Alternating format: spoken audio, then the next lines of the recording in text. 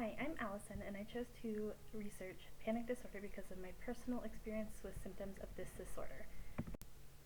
In this video, I will outline the prevalence of this disorder in the United States, some of the symptoms and behaviors associated with this disorder, as well as the diagnosis and treatment options. Panic disorder is a type of anxiety disorder that affects approximately 4.7% of adults in the USA in their lifetime. This disorder has been found to be about twice as more common in females as in males. Panic disorder can be affected by biological and environmental factors.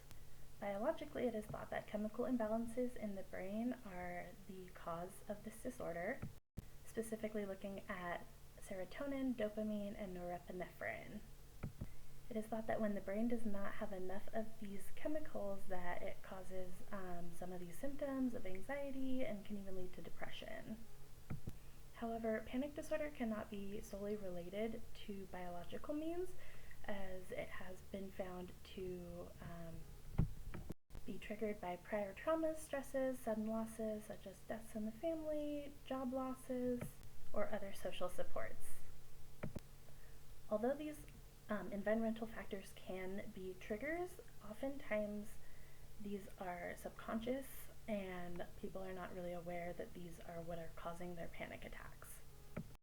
The Diagnostic and Statistical Manual of Mental Disorders, 5th edition, outlines the diagnosis criteria for panic disorder.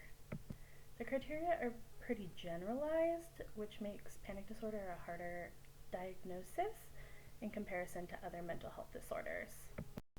In order to be diagnosed with panic disorder, you have to have 4 or more symptoms of panic attacks, which can include fear, shaking, sweating, shortness of breath, dizziness, hot flashes, palpitations, some chest pain, and even abdominal pain. Panic attacks also must be unexpected and repetitive, so they have to happen more than once.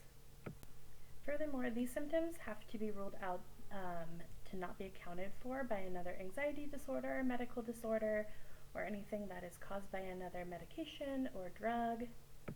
And other things such as behavioral changes have to be taken into consideration for a diagnosis of panic disorder. The most common type of behavior change is social avoidance. And this is because people with panic attacks regularly feel like they're going to have an attack in public and feel like they're not going to be safe. Additionally, people with panic disorder may feel like they're going to experience another panic attack or episode of fear, and this is useful information in the diagnosis in order to rule it into a disorder versus just a regular panic attack. Because of the symptoms that are related to panic disorder, it does go undiagnosed or misdiagnosed frequently.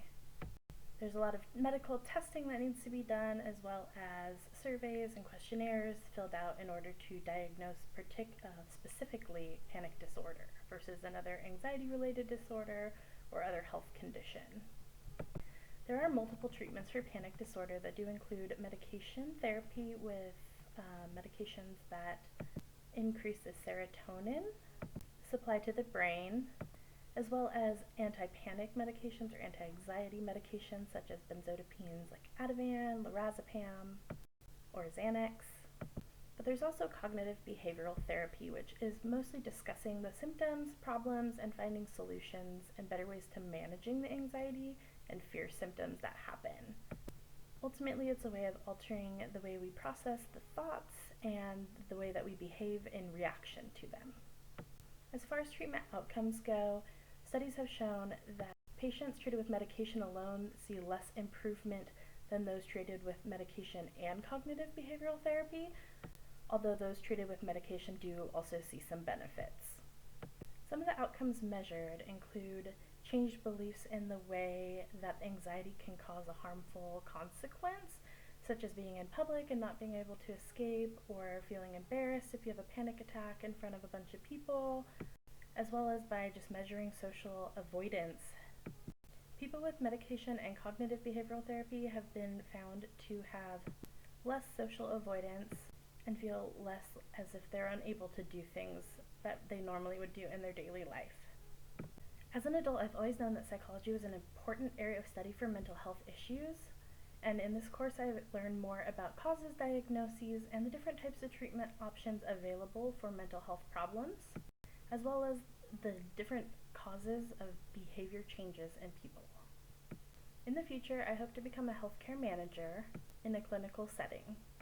I feel like the information I learned in this class will help me in my future because I now have a greater understanding of some of the underlying causes and the behaviors that can be portrayed based on or due to psychological problems or mental health issues, which can help me recognize and ensure that coworkers and other employees that work with me get the help they need if they need it, as well as allow me to be a better advocate for mental health issues and mental health awareness just in my daily life.